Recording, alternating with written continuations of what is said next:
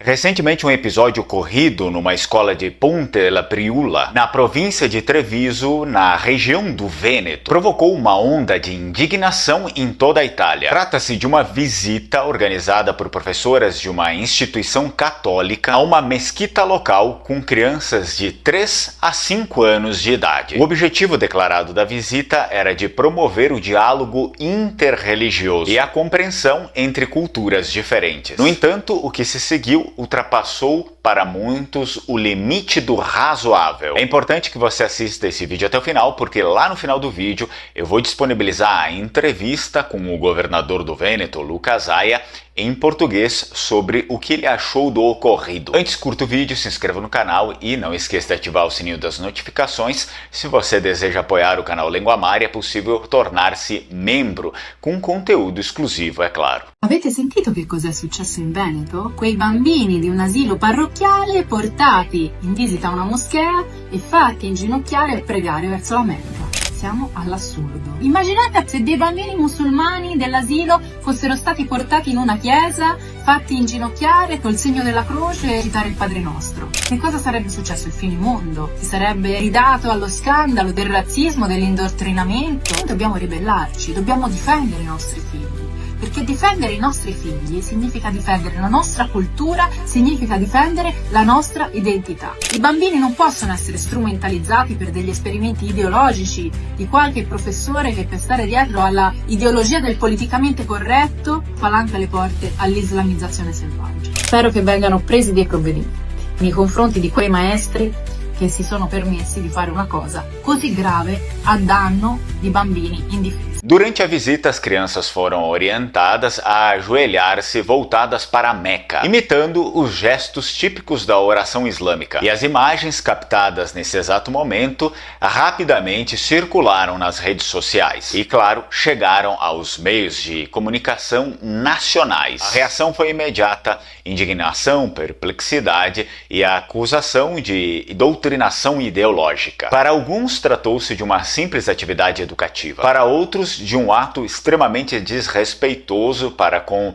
a identidade cultural e religiosa das famílias das crianças. O presidente do Vêneto, o governador do Vêneto, Luca Zaia, foi uma das vozes mais firmes contrárias à iniciativa. Embora tenha reconhecido que o conhecimento de outras culturas e religiões é importante, Zaia sublinhou que a escola ultrapassou o limite ao submeter crianças tão pequenas a rituais religiosos que não pertencem à sua fé nem à sua tradição. A seu ver, não se tratou de diálogo, mas de imposição simbólica, desrespeitosa e potencialmente lesiva para a formação identitária das crianças. Também o vice-primeiro-ministro e líder da Liga Nord se manifestou com veemência sobre o caso. Ele chamou o episódio de loucura e exigiu investigação. O Ministério da Educação respondeu prontamente, anunciando uma inspeção para apurar responsabilidades e avaliar a conduta pedagógica das professoras envolvidas. Na porta da escola formaram-se grupos de ativistas de esquerda em apoio aos docentes e os pais das crianças em protestos, segurando faixas com frases como "nas crianças não se toca" e "defendamos a nossa fé". A direção da escola tentou justificar-se, afirmando que a visita não teve intenção de proselitismo religioso. Afirmaram que o objetivo era promover o respeito, a inclusão e o conhecimento. Contudo, o gesto simbólico de ajoelhar-se, especialmente numa idade em que as crianças ainda não têm capacidade crítica ou autonomia religiosa, tornou-se o epicentro do debate. Será legítimo expor crianças a práticas religiosas de outras confissões sem o consentimento explícito dos pais?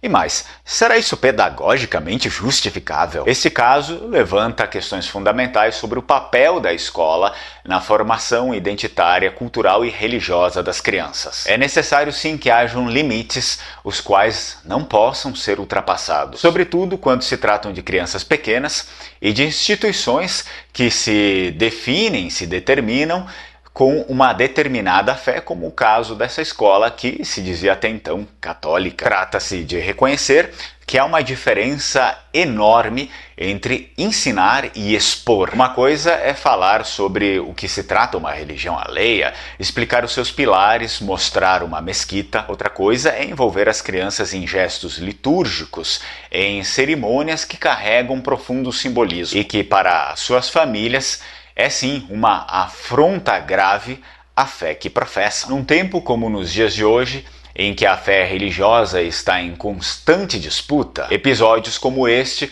não podem ser encarados com simples leviandade. A educação, de modo algum, pode passar pela anulação da identidade cultural e religiosa das próprias famílias. Isto é, esse episódio não é apenas sobre uma visita escolar, é sobre os limites do diálogo, sobre a responsabilidade dos educadores, sobre o direito dos pais de verem respeitadas as suas condições e também, é claro, as suas convicções, e a necessidade de repensarmos o que respeito realmente significa. De modo que tolerância não é submissão, tolerância é conhecer, compreender e respeitar. Contudo, ajoelhar-se não tem nada a ver com isso. Lembrando que se você quiser reconhecer a sua cidadania italiana, mesmo agora, em vista desse tipo de limitação que estão fazendo para a cidadania italiana, que cada vez fica mais explícito o quão ridículo é com esse tipo de ocasião que tem acontecido aqui, vão limitar os descendentes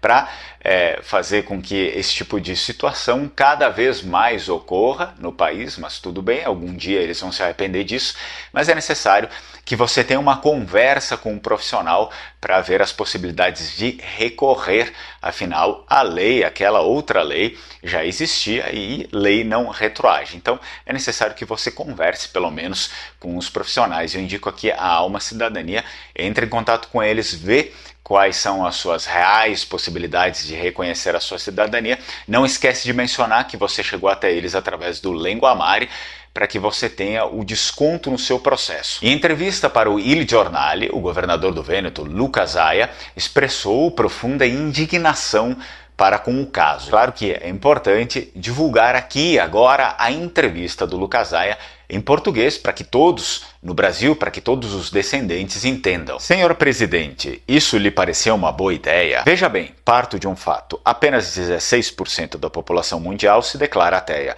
Isso significa que 84% dos 8,5 bilhões de pessoas vivas acreditam em alguma coisa. Portanto, o diálogo interreligioso é útil.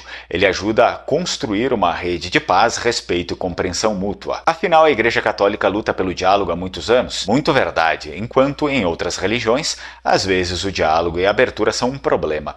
Isso se refere ao islamismo? Bem, penso, por exemplo, na falta de respeito que muitas pessoas que se identificam com o islamismo têm para com as mulheres.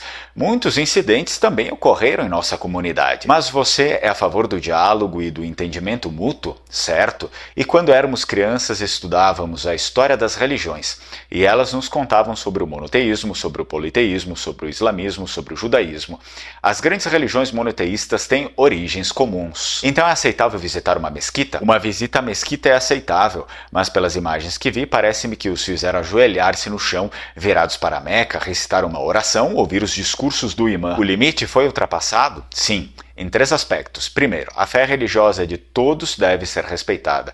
Imagino que muitas dessas crianças venham de famílias católicas. Elas foram desrespeitadas. Segundo, o aspecto identitário não foi respeitado. Quer você se declare católico ou ateu, sua identidade ainda tem profundas raízes cristãs. Ela não pode ser violada ou apagada. E o terceiro aspecto, a da reciprocidade. Sabemos muito bem que temos crianças muçulmanas que saem da sala durante a aula de religião. Absolutamente certo. Imagine se um professor católico obrigasse crianças muçulmanas a irem a uma igreja cristã para rezar. Um escândalo teria estourado. Sim, teria explodido com razão. Ninguém deve ser forçado a orar a outro Deus. Depois há o problema da formação. Muito importante, do ponto de vista educacional, essas crianças, na era da impressão, um grande cientista como Konrad Lorenz nos explicou isso, eles absorvem tudo, eles se lembram disso e são influenciados por isso por toda a vida. Você não acha que esse episódio se encaixa na ideia de que cabe a nós nos integrar à cultura deles e não o contrário? Veja, esta operação é também o resultado de uma identidade profundamente cristã. Esse é o paradoxo. Somente um cristão pode se preocupar em não ofender um muçulmano. Nós somos aqueles que dizem, para dar a outra face, somos a favor do respeito extremo pela pessoa. Muito bom. No entanto, devemos evitar que isso desencadeie um processo de autocastração da identidade. Então devemos banir o presépio e o crucifixo. O presépio e o crucifixo tem um perfil religioso, mas ainda mais um perfil identitário da nossa civilização. Seria loucura proibi-los ou escondê-los. Mas em uma sociedade multiétnica, Quando uma sociedade multiétnica se torna um incentivo para esconder as próprias raízes, para não ofender ninguém, isso deixa de ser respeito. É uma forma de renúncia coletiva. Sem identidade não há integração, mas apenas desorientação e perda de coesão. As professoras tinham que usar véus. As professoras deveriam ter explicado antes de tudo que Nossa Senhora Maria é a única mulher mencionada no Alcorão e é muito respeitada pelos muçulmanos. A religião muçulmana está nos ameaçando? Não devemos ter medo de outras religiões. Todos os cidadãos são iguais, mas cada um tem sua própria identidade. Se você for a um restaurante indiano, você come curry. Se você vier à minha casa, coma polenta. E por falar em polenta, uma refeição tipicamente vêneta, eu te convido a estudar língua vêneta comigo, faça a sua matrícula e aprenda definitivamente um dos nossos símbolos mais importantes que nos caracteriza primeiramente como vênetos, que é a língua vêneta, a língua que era falada pelos nossos imigrantes e também que ainda é falada por aqueles que conservam a sua identidade lá na região do Vêneto, muito diferente a essas pessoas aqui ligadas a uma escola pseudo-católica. Então todos os links estão aqui abaixo. E agora já me deixa aqui nos comentários o que você acha desse episódio todo. As professoras estavam certas? As professoras estavam erradas? Qual é a sua opinião? E além do mais, o que você acha que deveria acontecer com essa escola? Ter mais incentivo para esse tipo de coisa ou talvez passar por punições até fechá-la. Se você quiser saber mais sobre toda essa tensão religiosa que está acontecendo não só na Itália, mas na Europa inteira, isso daqui não é novidade para ninguém, então aconselho que você assista esse vídeo aqui.